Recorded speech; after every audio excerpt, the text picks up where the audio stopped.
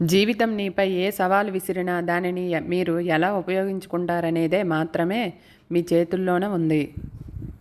అతిగా తినడం వల్ల లేక అతిగా ఆలోచించడం వలన బద్ధకం వస్తుంది.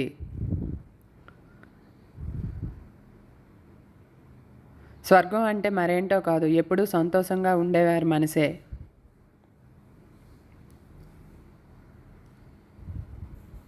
ప్రతి క్షణం నీకు ఛాలెంజ్ విసిరేవాళ్ళు, గుణపాఠాలు నేర్పేవారు నీ చుట్టూ ఉండేలా చూసుకో. అప్పుడే నిన్ను నువ్వు నిరూపించుకోగలవు.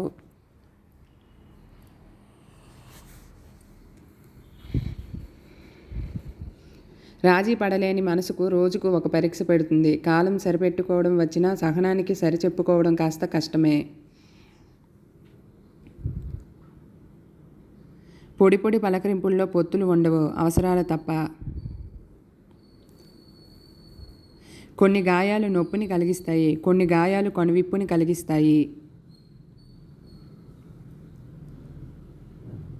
ముఖానికి ఎన్ని రంగులు వేసినా అసలైన రంగు నీ వ్యక్తిత్వంలో కనిపిస్తుంది.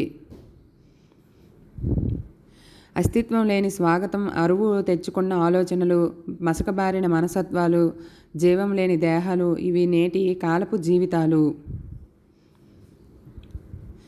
అర్థం చేసుకోలేని గుడ్డితనం ముందు ఏ అద్దం పెట్టినా వ్యర్థమే. కంచె లేకపోతే ఎంతటి హంస అయినా సరే కాకిలా తయారవుతుంది.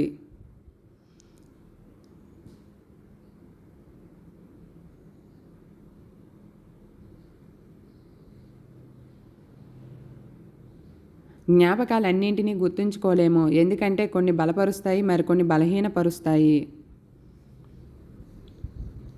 నన్ను నాలా చూడు, నీ ఊహ చిత్రంలో కాదు, ఎందుకంటే నిజం వేరు, నిజం అనుకోవడం వేరు.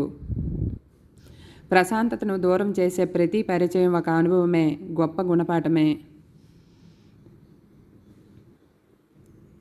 వెన్నుపోటు పొడిచే చాలామంది కంటే ముఖం మీద కొట్టి కొంతమందే గొప్పవాళ్ళు.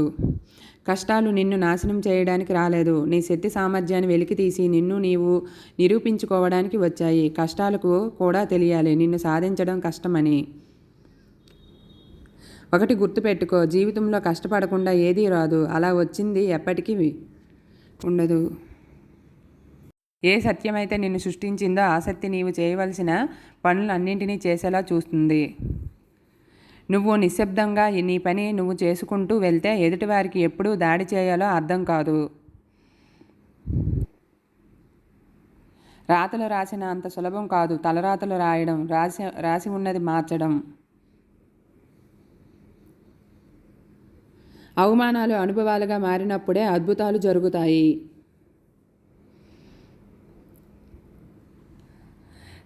స్వేచ్ఛ లేని జీవితం ఆత్మ లేని శరీరం వంటిది. ఎదగాలంటే ఒదిగి ఉండడం నేర్చుకోవాలి, గెలవాలంటే ఓటమి ఒప్పుకోవడం నేర్చుకోవాలి. సర్దుబాటు లేనిదే జీవితంలో ఏదీ సంపూర్ణం కాదు. రాతలు రాసినంత సులభం కాదు తలరాతలు రాయడం, రాసి ఉన్నది మార్చడం. మా ఇంట్లో దేవుడు మాలానే పేదోడు, వరాలేవి ఇవ్వలేడు, వదిలేసి పోలేడు.